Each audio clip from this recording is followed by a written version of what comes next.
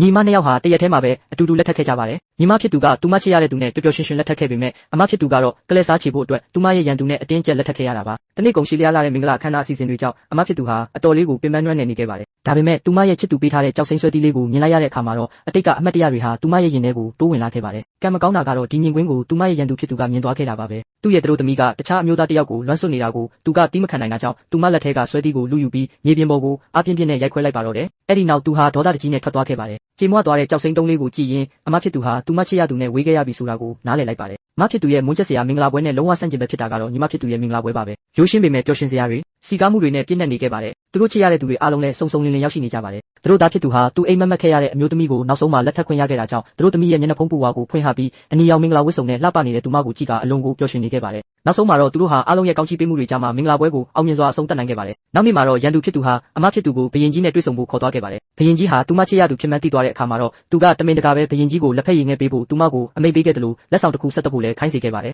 အဲ့ဒီတစ်တာထဲမှာတော့မင်းညကသူရိုက်ခွဲလိုက်တဲ့ကြောက်စိမ့်ဆွဲသီးပျက်စီးနေတာကိုတွေ့လိုက်ရပါတယ်ဒါဟာဘယင်ကြီးကသူမကိုပေးခဲ့တဲ့အချစ်ရဲ့အမှတ်အသားတစ်ခုပါဘယင်ကြီးရဲ့နာကျင်နေတဲ့မျက်နှာထားကိုကြည့်ပြီးအမဖြစ်သူရဲ့ရင်ထဲမှာဒေါသတွေတလိမ့်လိမ့်တက်လာပါတော့တယ်သူမဟာချက်ချင်းလက်ကြည့်ပြီးသူမရဲ့ရန်သူကိုဒေါသတကြီးစိုက်ကြည့်လိုက်ပါတယ်တနေ့မှာသူလှုပ်ခဲ့တဲ့မြအတွက်ပြန်လဲပေးဆက်စေရမယ်လို့သူမကြိမ်ဆိုလိုက်ပါတော့တယ်